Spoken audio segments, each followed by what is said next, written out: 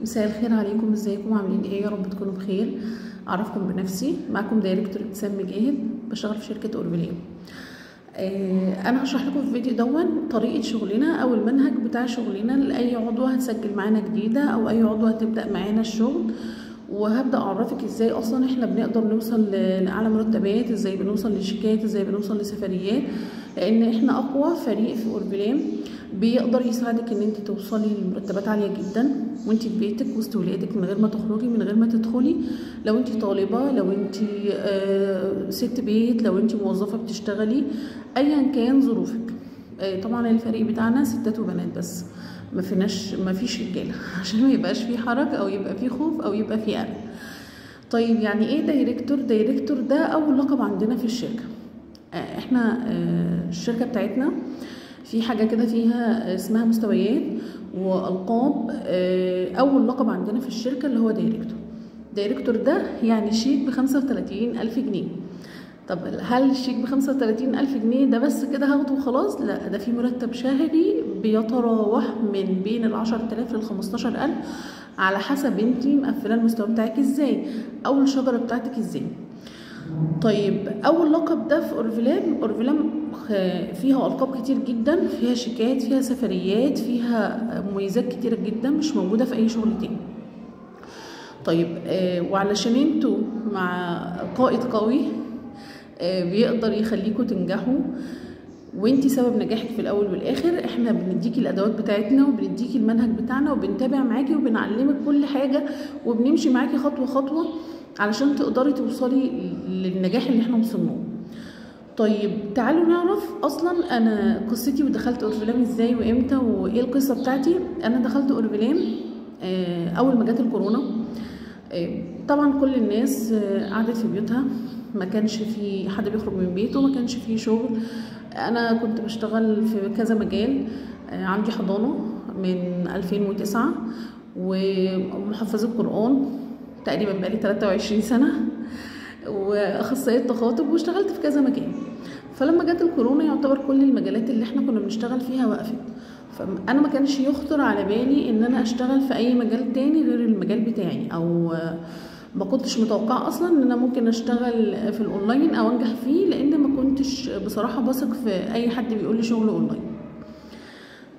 فجيت لما قعدت في البيت بقى، وانا اصلا حد مش متعود على القعاد وكده ومتعوده على الشغل، فقلت طب ايه الخساره اللي انا هخسرها؟ طب ما اجرب. وشفت ناس كتير جدا في الفريق ده اللي هو فريق دايموند برنسس تيم.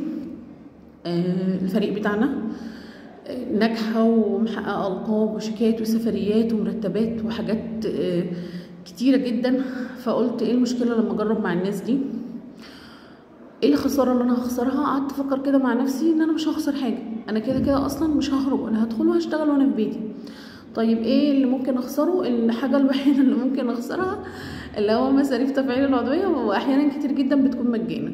وحتى مصاريف تفعيل العضويه دي ليها ميزه مميزه جدا مش موجوده في اي شغل تاني. العضويه بتاعتك دي لما انت بتفعليها بتفضل ساريه مدى الحياه، مش بتدفعي مصاريف تفعيل العضويه دي غير في اول اوردر بس، وانتي اساسا كمان شهور كتير جدا ممكن تكون مجانا. طيب العضويه اللي ساريه مدى الحياه دي معنى كده ان الكود ده بيتورث؟ الكود ده بيتورث، ودي ميزه مش موجوده في اي شغل تاني. لو اي حد بيشتغل حكومه طلع معاش هياخدوا يعني جزء بسيط من الفلوس اللي هو كان من المرتب بتاعه، مش هياخد كمان حقوقه كامله. وما ينفعش ان انا اروح اودي ابني يشتغل مكاني بعد ما انا طلعت معاش. خلاص انا طلعت معاش خلاص كده الدور انتهى. لكن هنا بعد عمر طويل ان انت تقدري تدي الكود بتاعك ده لاي حد يشتغل عليه وياخده يكمل عليه من عند ما هو وصل. طيب هو انا كده كده اصلا لما فكرت ادخل في الشغل ده قلت خلاص انا هعمل اشوف كده هما بيعملوا ايه، وخلينا ورا الكداب لحد ما في البيت. هجرب مش هخسر حاجه، وانا كده كده مش خارجه ولا داخله، فما فيش خساره. فعلا قالوا لي خلاص طب اعملي اوردر تفعيل علشان تبداي تتعلمي بيه، لو عندك مشكله هتعالجيها، دي المشكله دي اللي هتكوني اصلا هتتعلمي بيها، اللي انت تبقى عارفه ازاي المنتجات دي فعلا بتعالج ولا لا. فقلت خلاص طب انا هجرب. طبعا كنت داخله زي اي حد مش عارفه اي حاجه، ما كانش عندي اي تفاصيل. قلت خلاص انا هعمل اللي هما بيطلبوه مني واشوف كده، اجرب شهر الشغل نفع معايا وتمام هكمل، ما نفعش خلاص انا كده كده ما خسرتش حاجه. فقلت خلاص الحمد لله. دخلت اول شهر عملت اوردر التفعيل بتاعي، وقدرت احقق في اول شهر 3 مستويات، ووصلت مرتب 1200 جنيه من اول شهر.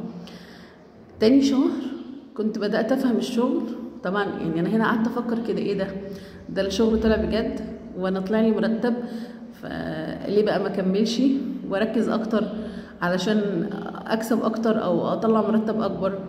وفعلا الحمد لله قدرت اجتهد تاني شهر، وقدرت اوصل لمستوى رابع ليفل عندنا في الشغل بتاعنا، اللي هو خلاص بقى انتقلت من مرحله ووصلت مرحله تانية، اللي هو بقيت مديره من تاني شهر، ووصلت مرتب اكتر من 2000 جنيه.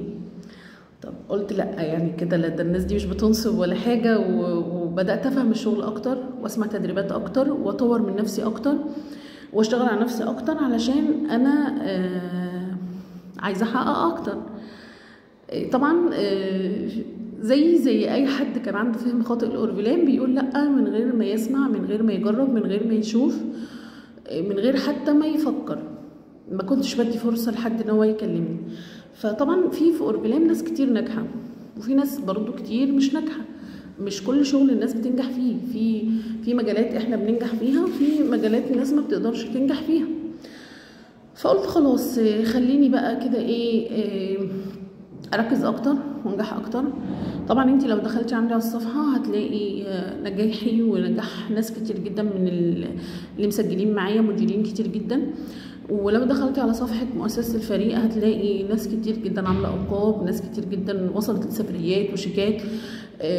كل ده موجود على الصفحه، يعني صفحه حقيقيه عليها ناس حقيقيه، مش معقول كل الناس دي هنجيبها كده علشان انتي بس. انا بقولك ليه ادخلي عشان تبقي انتي واثقه فعلا في الناس اللي انتي هتشتغلي معاهم. طب نعود نفسنا بقى لما نيجي ندخل شغل نشوف تاريخ الشركه اللي احنا هنشتغل فيها دي ايه. فانا جيت ابص مثلا اشوف تاريخ الشركه، لقيت الشركه بقالها 57 سنه موجوده في اكتر من 70 دوله، ومعظمهم دول اوروبيه. موجوده هنا في مصر بقالها 27 سنه. فايه ده، شركه بقالها 57 سنه صامده في ظل ازمات، في ظل ثورات، في ظل حروب، في ظل تضخم اقتصادي، في ظل كل اللي حاصل في العالم ده، وهي مكمله وصامده. ده معنى كده ان هي كيان عظيم. طب انت عايزه تقتنعي بكلامي ده او تتاكدي منه، تقدري تدخلي تعملي سيرش على جوجل وتكتبي اسم الشركه اورفلام، هيجيلك ان هي اول شركه بيع مباشر على مستوى العالم، وهتجيبي تاريخ الشركه كله وتعرفيه. فانا بدات الحمد لله اقتنعت، وعايزه ابدا قصه نجاحي بقى. بس طب على قد ما ابدا قصه نجاحي دي، الشركه دي اصلا انا عرفت كده تاريخها تمام. طيب بعد ما عرفتي تاريخ الشركه دي ايه منتجاتها؟ الشركه دي منتجاتها طبيه علاجيه مصنعه على ايد خبراء ودكاتره من مواد طبيعيه 100%، مزروع نباتات مزروعه ما عليهاش اي كيماويات او اي اضرار، معموله من الطبيعه.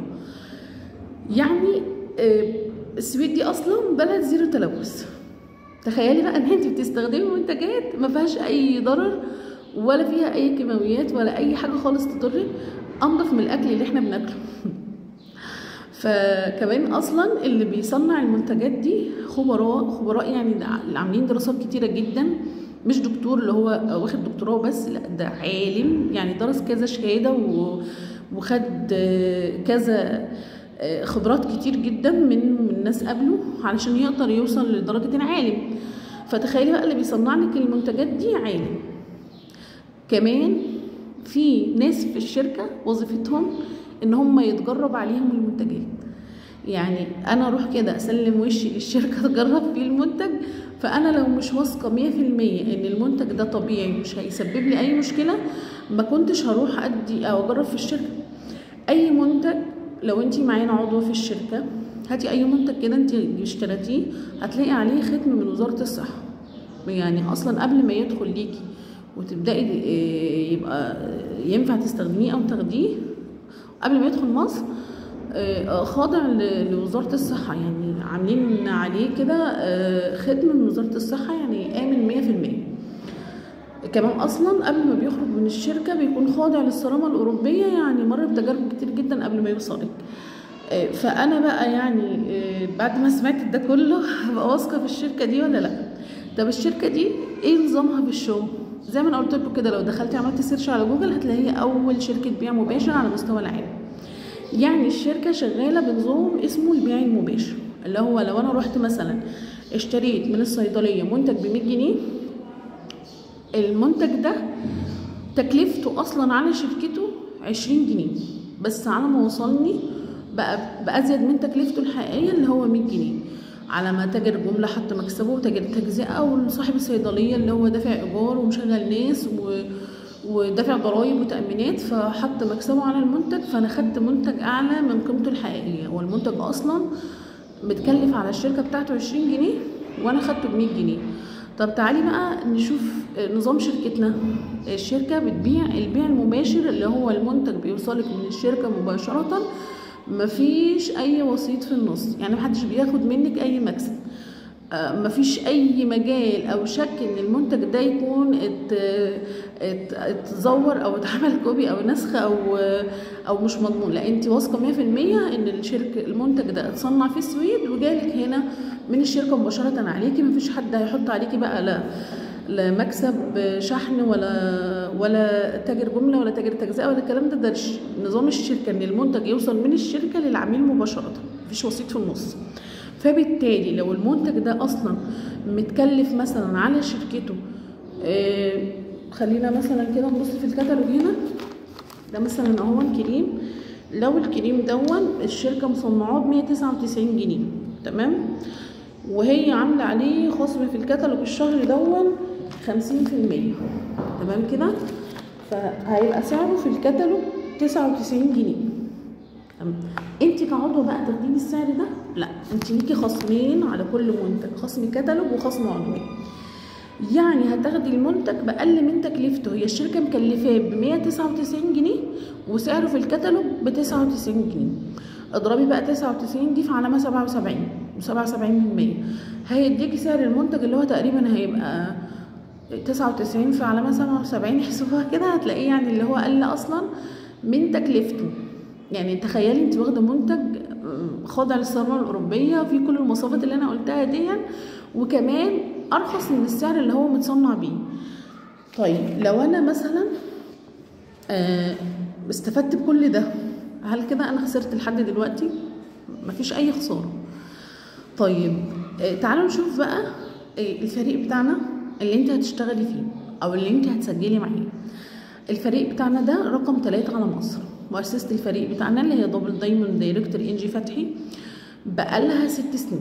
تخيلي دبل دايموند دايركتور يعني عملت 7 ألقاب في خلال ال6 سنين، ألقاب كبيرة جدا محدش قدر يعملها، في ناس كتير بقالهم أكتر من 25 سنة ما قدروش يوصلوا للنجاح اللي هي نجحته. ده معناه ان انت فريق قوي جدا هيقدر يخليكي توصلي في وقت قصير، بس انت التزمي بالشغل او بالمنهج بتاعنا عشان تقدري فعلا تنجحي وتحققي النجاح زي ما ناس كتير جدا نجحت معانا.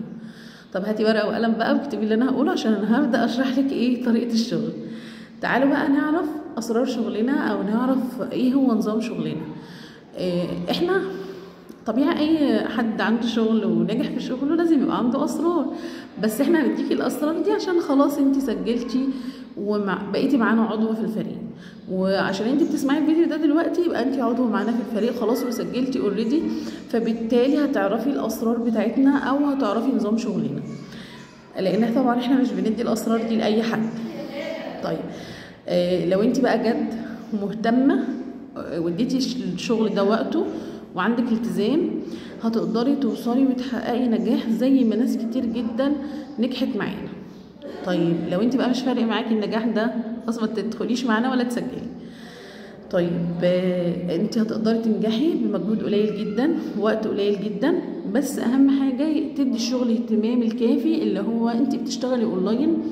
مش معنى ان انا بشتغل اونلاين هنشتغل بمزاجي، لا، اركني اي ظروف على جنب وانت بتشتغلي زي اي شغل حددي لنفسك وقت، حددي لنفسك خطه امشي عليها علشان تقدري توصلي وتقدري تنجحي معانا. طيب تعالوا نعرف نظام شغلنا اللي مخلينا اقوى فريق في اورفيلام كلها، وان احنا فعلا عندنا قاده حققوا القاب كتير جدا وناس سافرت كتير بره مصر وجوه مصر معانا، ودي مش متكرر كتير جدا في اورفيلام في اي فريق تاني او اي حد تاني. احنا نظام شغلنا يعتبر حاجتين، لو حاجتين اتنين، هتدرسي المنتجات وتتعلمي ازاي تدخلي اعضاء. طيب دراسة المنتجات ده او التعامل معاها او ان انا اعرف المنتجات او اعرف بتتكون من ايه او بتنفع لمين او ارشحها للناس ازاي او اعرف عنها ازاي. انت دلوقتي طلع لك كود اول ما سجلتي معانا، والكود ده مكتوب جنبه مستشار تجميل. ينفع تبقي مستشار التجميل وانت عندك مشكله في بشرتك او شعرك او جسمك؟ ما ينفعش. طيب هو ايه الفرق بين البياع وبين المستشار او مستشار التجميل؟ البياع دوت مش فارق معاه، هو هيبيع منتج وخلاص، لكن مستشار التجميل ده هيبقى عارف المنتج ده متكون من ايه، بينفع لمين، يقدر يرشحه لنوع بشرة ايه، لمشكلة ايه، حسب سن اللي هو بتاع العضو اللي قدامه او الشخص اللي قدامه. طيب انت معنى كده ان انت لازم تدرسي المنتجات ويبقى عندك تجربة فعلية علشان تقدري تفيدي نفسك وتفيدي غيرك. انت دلوقتي واجهة للشركة. طيب ينفع انت تبقي واجهة للشركة اصلا وانت مش عارفة منتجاتها هي فعلا حقيقية هتعالج لك مشكلة ولا لا؟ ما ينفعش. انا دلوقتي لو عندي مشكلة في البشرة بتاعتي، عندي حبوب مثلا، وراح اقول لحد ان الشركة بتاعتنا فيها منتجات بتعالج الحبوب، هو هيصدقني؟ مش هيصدقني. من باب اولى ان انا اعالج نفسي الاول لو انا شركتي دي فعلا فيها منتجات بتعالج الحبوب، عشان يبقى فيه مصداقية انا لازم اعالج نفسي الاول. طيب طب انا هعالج نفسي ازاي؟ لازم ادرس المنتجات الاول واعرف بتنفع ازاي والمين، علشان انا خلاص بقيت واجهه للشركه. فلو حد جه يسالني عن منتج واقول له انجي بتقول لي او ابتسام بتقول لي، فانا هنا مفيش مصداقيه، انا مجربتش، فما ينفعش اقول لحد على حاجه انا مجربتهاش. لكن انا لو كان عندي مشكله وجربت فعلا والمشكله دي اتحلت، انا هبقى بتكلم عن المنتج بثقه 100%، وهبقى متاكده وانا برشح لحد ان المنتج ده فعلا هيعالج له المشكله بتاعته. طيب الشركه انت اول ما بتسجلي بتعمل لك حاجه كده زي برنامج ترحيب، اللي هو بينزل لك على مدار 3 شهور النظام اللي شغال حاليا حاجه اسمها كاش باك، اللي هو لو انت عملتي 100 نقطه في الشهر الاول هتنزل لك كاش باك 750 جنيه تختاري بيهم منتجات مجانا، ولو عملتي 100 نقطه الشهر الثاني هينزل لك كاش باك ب 1000 جنيه تختاري بيهم منتجات مجانا، لو عملتي 100 نقطه الشهر الثالث هينزل لك كاش باك 1500 جنيه تختاري بيهم منتجات مجانا. وده للاعضاء الجديده كنوع من الترحيب للشركه عشان تجربي منتجات اكتر ويبقى عندك خبره اكبر. طيب اول شهر ما عملتيش ال 100 نقطه كده خلاص مش هتقدري تستفادي بباقي البرنامج الترحيبي على مدار ال3 شهور، كده راح منك ال3 شهور كلهم. طيب هل انا بقى هروح اعمل، واحده تقول لي ايه ده انا هعمل 100 نقطه؟ يا ستي محدش طلب منك تعملي ال 100 نقطه. ابدأي بعلاج مشكله عندك انت الاول زي ما انا قلت لك من شويه، لان اصلا فاقد الشيء لا يعطيه. انا لو مجربتش وعندي ثقه في المنتج مش هقدر اقنع اي حد تاني بفكره ان هو يجرب منتج. طيب ممكن ابص بقى في دايره معارفي القريبه قوي، اللي هو مامتي، اختي، جارتي، صاحبتي، اللي عنده مشكله يبدا يحلها معايا. انا خدت علاج مشكله ليا ومش عارفه مين عنده مشكله في ايده، مين عنده مشكله في القدم، مين عنده مشكله في بشرته، مين عنده مشكله في شعره، فجمعت 3 4 مشاكل معايا، جمعت ال 100 نقطه بكل سهوله. وده هتقدري تتعلمي معانا من خلال الشغل، اللي هو انت ازاي تجمعي النقط بتاعتك وازاي تحلي مشاكلك ومشاكل دايرتك القريبه قوي، وتبداي تحلي مشاكل اعضائك اللي هيسجلوا معاكي. طيب انا دلوقتي شغاله كده كده، اصلا مش اورفيلام هي اللي هتخليكي تستخدمي منتجات النظافه الشخصيه. هو انت في طبيعي اي حد فينا مش بيستخدم شاور، بيستخدم شامبو، معجون سنان، صابون، برفيوم، مزيل للعرق، ميك اب، كحل، روج، مرطب شفايف. هي اورفيلام اللي هتخلينا نستخدم ادوات النظافه الشخصيه؟ لا طبعا، انت كده كده اوريدي اصلا بتستخدمي، بس بدل ما انت هتروحي تستخدمي من بره منتجات كلها كيماويات واضرار مع الوقت هتسبب لك مشاكل في بشرتك وهتسبب لك مشاكل في شعرك. انت هنا بتستخدمي منتج طبيعي 100% وبتستثمري المنتج ده كمان نقط على كودك اللي هو هتوصلي بيها لهديه اولا، او نقطك ونقط اعضائك اللي هتدخل معاكي اللي انا هبدا اشرح لك هو ايه دلوقتي، هتوصلي لمرتب او سفريه او لقب او شيك بقى هتاخديه. طيب لا يعني معنى كده النقط اللي انا بعملها دي بتتحول عندي على كودي اللي هو هستثمرها اوصل لمرتب او مستوى. طيب حد يقول لي مثلا انا مش عايزه اوردر، اكيد كل الناس زي ما انا قلت انها بتستخدم، فانا لو انا ما اقتنعتش بفكره ان انا ابدا بعلاج مشكله عندي دي مش هقدر اقنع بيها غيري. طيب كمان انا هستفاد هديه على كودي وخلاص، انا بدات بقى يعني اعرف المنتجات وهقدر اتكلم عنها بثقه واقدر ارشحها لغيري. انا عايزه اقول لكم ان اول شهر دخلت انا خدت كميه هدايا بجد كانت جميله جدا، من البرفانات الغاليه جدا جدا. انا اصلا عمري ما اشتريت برفانات، انا دايما باخدها هدايا من الشركه. لما كانت بقى قبل كده البرفانات متوفره كتير كان فعلا بينزلوا لنا برفانات جامده جدا، وكانت اسعارها بتبقى عاليه جدا وبيدوها لنا هدايا باسعار رمزيه اللي هو 49 جنيه، وساعات كنا بناخدها مجانا من غير فلوس خالص. طيب كل ده طبعا هتعرفيه معانا ان شاء الله لما نبدا نشتغل. طيب هل لو انا مثلا ما جربتش المنتج هقدر ارشحه لغيري؟ انا اصلا لو انا مش واثقه في المنتج وقادره اتكلم عنه صح مش هقدر اقنع بيه غيري، لكن انا عشان جربت وبقى عندي تجربه فعليه فانا بتكلم بكل ثقه، واقدر من خلال تجربتي دي اصلا لما عالجت شعر بنتي كل الناس اللي حواليا بداوا يقولوا لي احنا عايزين نفس العلاج اللي انت استخدمتيه بالظبط، وبقينا فيه ثقه كامله 100% من غير ما انا اصلا اعرض عليهم ان هم ياخدوا منتج. طيب في ناس بتدخل وبتوصل من اول شهر لمرتب 1200 جنيه وبتستفاد وتفيد غيرها كمان. طيب امال اللي بقى بيقعد يماطل خلاص سيبك منه، ما تضيعيش وقتك مع ناس مش عايزه تشتغل. انا اللي بقولك يعني بقولك اهو من اول فيديو بتسمعين هو في شرح الشغل، انت اشرحي للناس الشغل وفهميها كل حاجه، فهميها مميزات الشغل، فهميها ان دي فرصه اصلا مش موجوده في اي مكان تاني، فهميها كل حاجه وتعالي عند خطوه الاوردر. بتمطلك ومش عايزه تعمل الاوردر اشطبي عليها خلاص، ما تكمليش معاها، هي بقى لو عايزه الشغل هي اللي هتدور عليكي. طيب اي منتج زي ما انا قلت انا كده كده هستفاد عليه بخصمين. طيب تعالوا نشوف بقى الجزء التاني، يعني معلش قبل ما ننقل على الجزء التاني، اي منتج هاخده من الشركه بستفاد بخصم كتالوج وخصم عضويه، ودي انا حسبتها لكم ووريتها لكم في الكتالوج ازاي. طب تعالوا نشوف مثلا منتج تاني، مثلا انا عندي هو زيت الافوكاتو وزيت جوز الهند.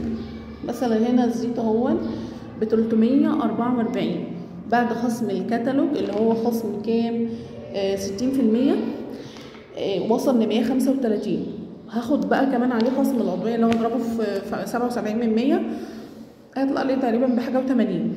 فشوفي بقى انت واخده المنتجات ببلاش، عشان الناس اللي بتقعد تقول المنتجات غاليه، لا المنتجات مش غاليه عشان احنا اعضاء ولينا مميزات كتير جدا، غاليه على اللي بره اورفلام، لكن اللي في اورفلام المنتجات مش غاليه. طيب تعالوا نعرف مع بعض بقى الجزء الثاني بتاع الشغل اللي هو ادخال الاعضاء. هتقولي لي انا ما عنديش معارف، انا ما عنديش صحاب، انا ما عنديش قرايب، انا مقطوعه من شجره. يا ستي انا ولا عايزاكي تدخلي اصحابك ولا تدخلي معارفك ولا تدخلي قرايبك، لا انا عايزاكي تدخلي ناس زي ما انت دخلتي معانا من خلال السوشيال ميديا، ودي من خلال اعلانات هتنزليها في جروبات بنات بس، عشان احنا شغلنا ستات وبنات بس، فريقنا ستات وبنات بس، مش بندخل معانا رجاله زي ما انا قلت لك في اول الفيديو، منع للمشاكل. انت هتنزلي اعلانات، وده ازاي؟ بخطه مدروسه يوميه هتمشي عليها.